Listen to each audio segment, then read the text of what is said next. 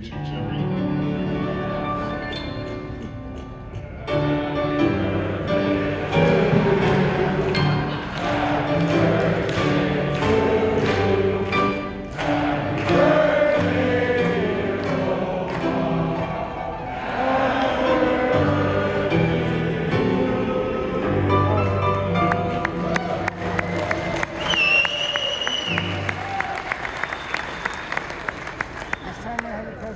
Protocol having been established several times,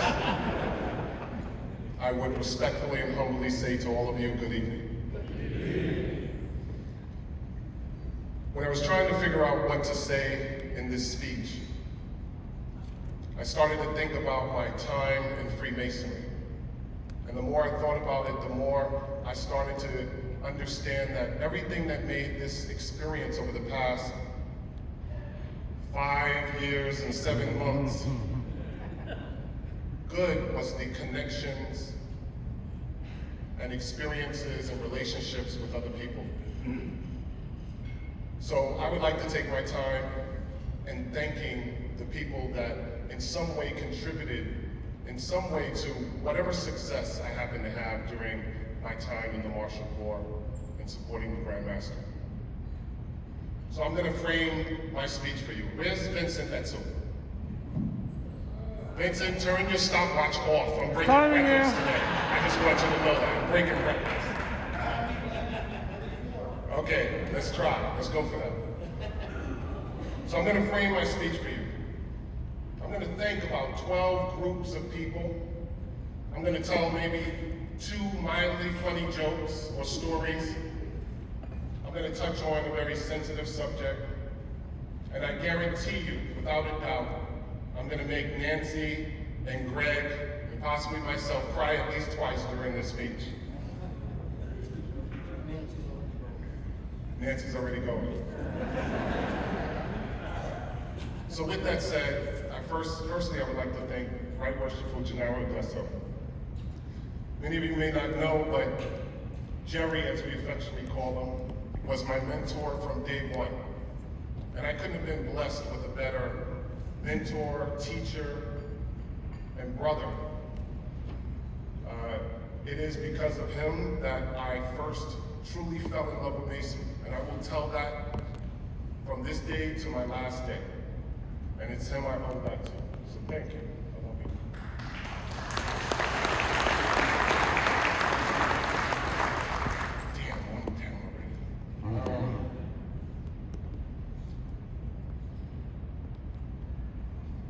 Grandmaster, First Lady Nancy. Can I break protocol for a second? Greg, Nancy. I don't think that I could ever fully express the gratitude for allowing me the opportunity to serve as your Grand Marshal and to be entrusted with this motley crew of staff that you have and their wonderful First Ladies. Thank you for that honor. Thank you for all of your support, your advice, but more importantly, your love.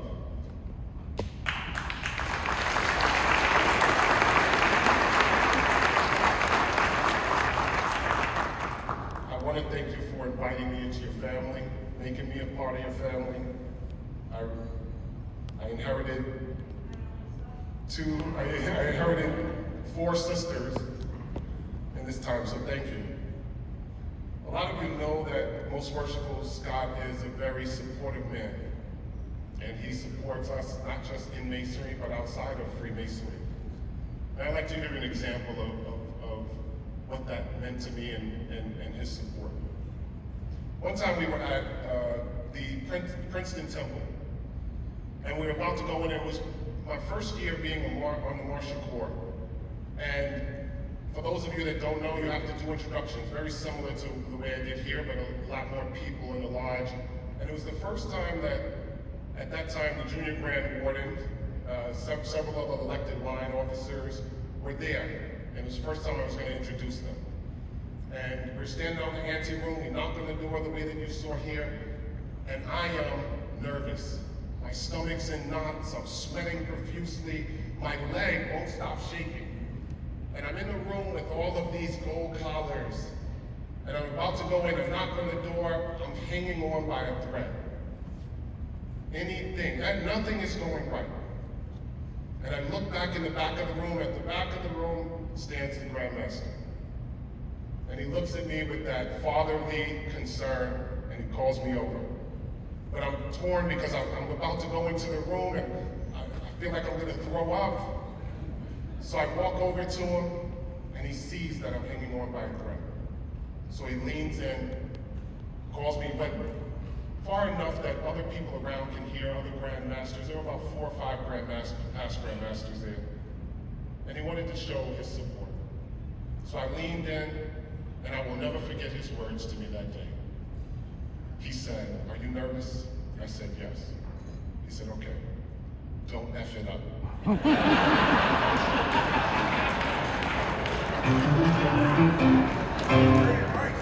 What the? That is a true story. This guy, he should be a motivational speaker or something. Grandmaster, thank you very much. I love you very much. First Lady, thank you. Okay, I'm going to have to read a little of this so I don't get torn up. Secondly, I would like to thank my fellow honorees, Steve Stetz and Ed Flores, for helping this journey be as successful as it has been. We've had an amazing time in this extended period. So I wanted to thank both of you for supporting the Grandmaster and the First Lady in this. Thank you very much. I would like to give a special shout out to Ed Flores. Anyone who knows Ed, Ed's demeanor never changes. Look at Ed right now, he's happy. Look back 5 minutes later, same expression, sad. Never changes. But Ed was the quiet in the storm that was the rest of us. Nancy screaming at Greg, Greg screaming at Nancy, Greg screaming at me, I'm yelling at no one because I can't scream at either one of them, I'd get in trouble. But in the middle of that, Ed was the balance for all of that. And it's because of that that we were able to be as successful as we were. So thank you, Ed.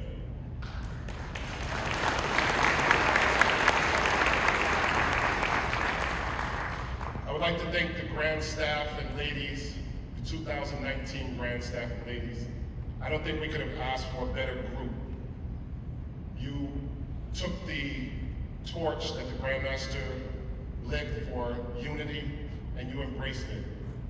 And that embracing, the job you did, especially over this extended period, not only allowed us to become an amazing team, which I hear across the state as we go, but it allowed us to become a family. And I will always have a special part in my heart for all of you.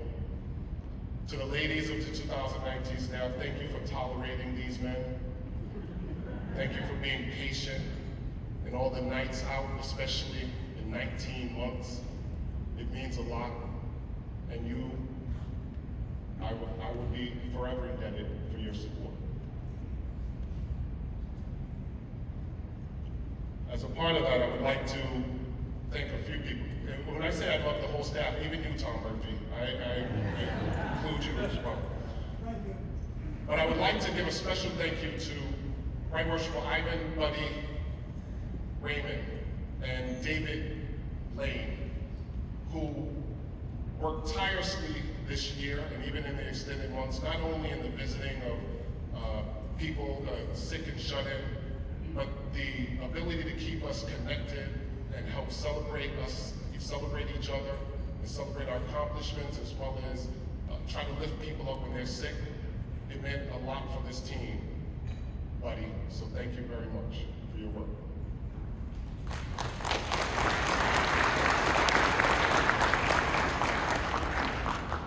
I would like to thank the past Grand Marshals.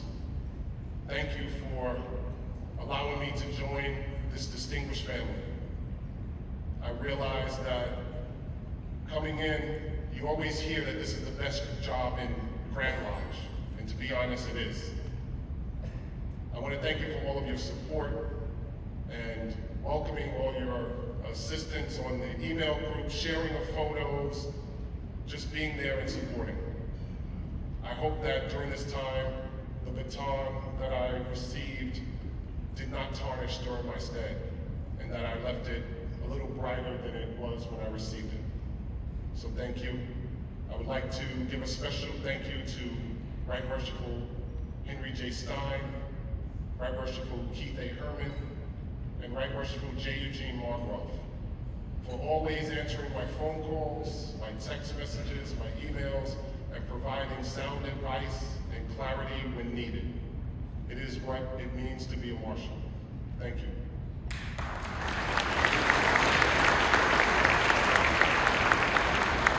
I'd like to give another thank you to Most Worshipful Glenn R. Troutman and Right Worshipful Glenn T. Fisher. These two gentlemen, no matter where we were, at whatever event, would always come up to ask if we needed support, especially when I was alone and had to practice by myself.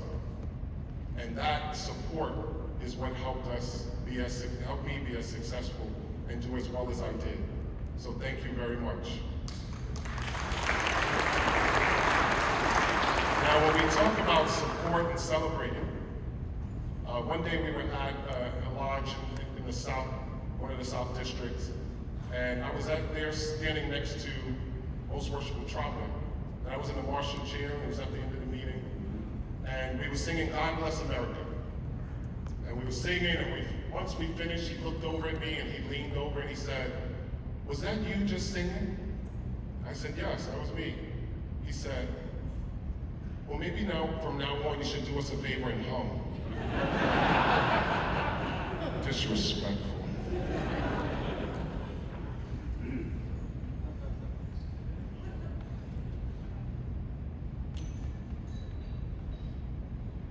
I would like to thank the future Marshals who are here for all of your support over the past year and even in the past few years, for allowing me to do the work that I needed and be able to support the Grand Master. I couldn't have done it without your support, all three of you, over these past few years. You're amazing men, and you're going to make amazing Grand Marshals in the future. I would like to, but especially thank their ladies, Lynn, Margie, and Maureen, for loaning them to me during this year and providing them with support. And for that, I would like the Grand Marshals to give flowers to your ladies.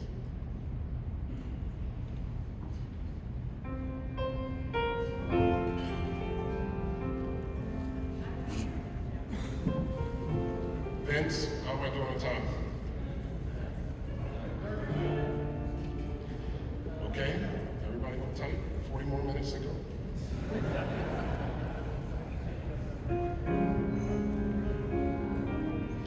While they do that, during this time, especially, with a lot of the losses that we were receiving, especially with some of the widows of some of our brothers, we sought to try to create some supports for the ladies in Freemasonry who do a lot and support the men. So we wanted to try to figure out a way that we could have them support each other or provide a system. So we started a group called For the Love of Our Women. And it was headed by some dynamic women. But because of COVID, it delayed and postponed the process. But I wanted to definitely give them a shout out because it allowed us to start something that I think will be extremely meaningful in the future. So part of that group that put in a lot of work was Queen Nancy Scott, Miss Diane Barton,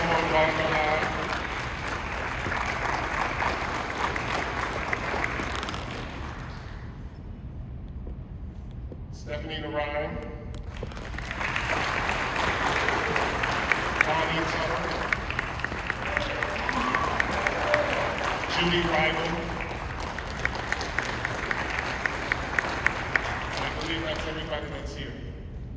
Thank you for all your hard work, and I hope that we can get back to setting that up once things get settled. I would like to thank Most Worshipful Larry S. Plaskett and Andrew G. Cherney, who's not here today, for not just for the work that you do at Grand Lodge, but also for always answering our phone calls and being very responsive and getting things done and back to us so that we could make sure the Grand Master had everything that he needed. Thank you for your hard work, Larry.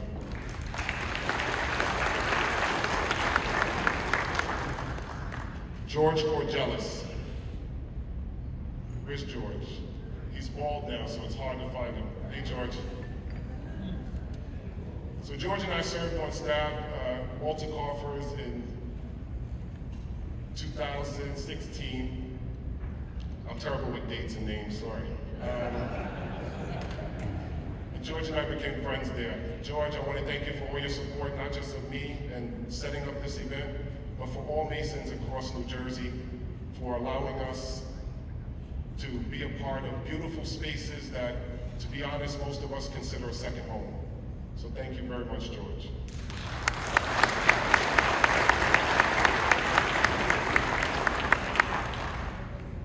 To the music corner. Oh, gee.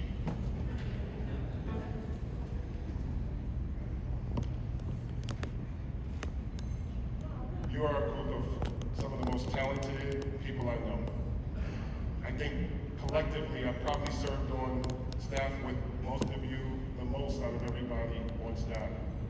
And I have to say that aside from my Marshal duties, I think I'm going to miss most spending the time, the jokes, and friendship with you. I mean, I expect that we still will be friends, but seeing you as much as I have while on staff, I think I'm going to miss that the most.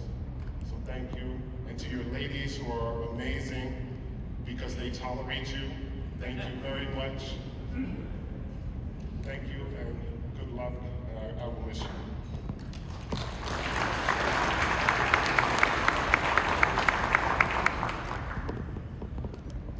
Okay, here we go, Grandmaster, you ready? To Janine Larson. I know she hates getting attention. You know, you heard a story about I lost my mom, and it's amazing that, you know, going through something like that, you actually find that you have people trying to adopt you. And between Miss Larson and Nancy, they would fight to see whose son I was. But in a time where you're dealing with loss and, you know, deep emotions, it meant a lot to have people surrounding you that care about you and providing comfort. So thank you. I love you. Love you both.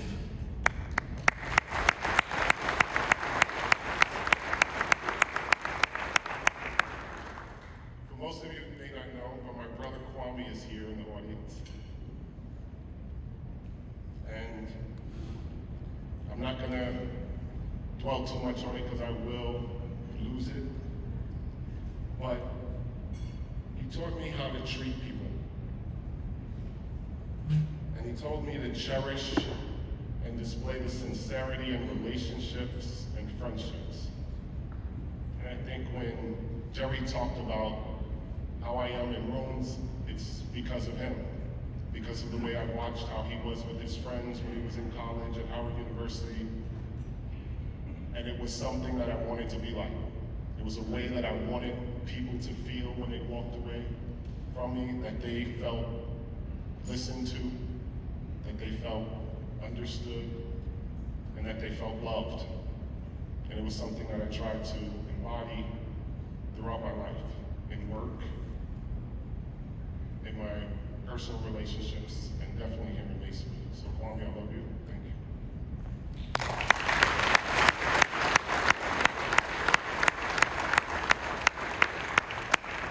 I'm gonna have to read this one because to Stephanie.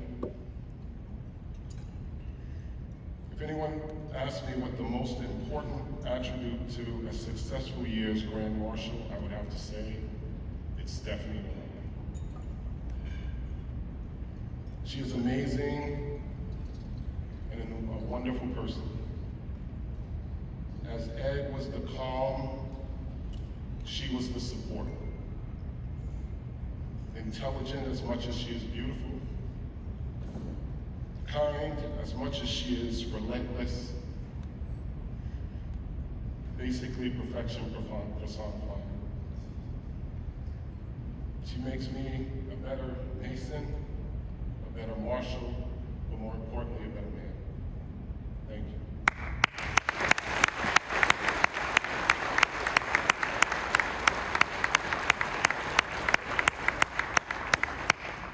During my time as Grand Marshal, I had good times and bad times.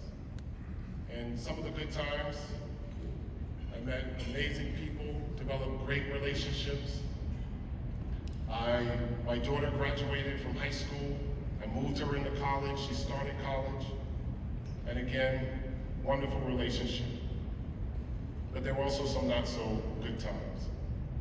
We lost some giants in Freemasonry. Among those, Most Worshipful Kenny Larson and Most Worshipful Malcolm B. Wernick. And I would like to thank Janine for loaning him to us for the time that she did and sharing him with us. And to Isla and Ray for allowing me to spend as much time with Mal as I could before he passed. It meant a lot to me, and I will always remember that. The most important or most difficult piece was the loss of my mother. And she was such an amazing woman. And I would like to feel that she would have been proud. I would have liked her to be here to experience this day with all of us. But out of loss and grief sometimes comes love. And I would like to at this time thank Most Worshipful Dieter B. Hees, Dieter William. I'd like to thank Most Worshipful Dieter B. Hees. When my mother passed, it was during the summer of 2017, during his year. And not only did he shut down a gold collar practice, but he himself, along with several elected line officers and about 30 brothers, drove as far as Toms River to come up to Brooklyn, New York, and show support. And it was that experience that deepened my love for Masonry. So Most Worshipful Dieter B. Hees, thank you very much.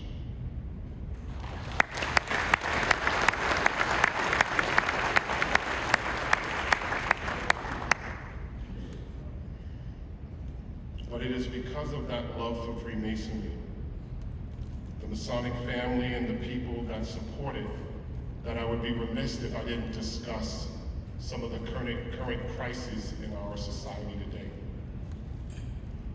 I am proud to be a Mason here in New Jersey.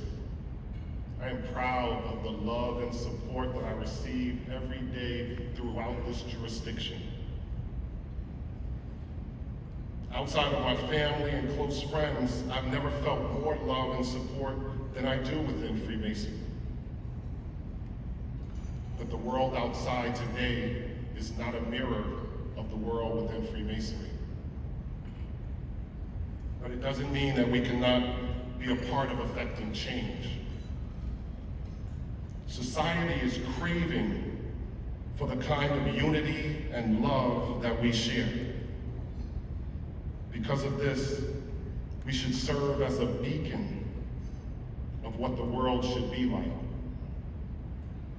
If we can agree to do that, we will begin to shine a light of hope that will light the path, not just for this generation, but for generations and generations to come. With that, I will simply say, I love you all. Thank you.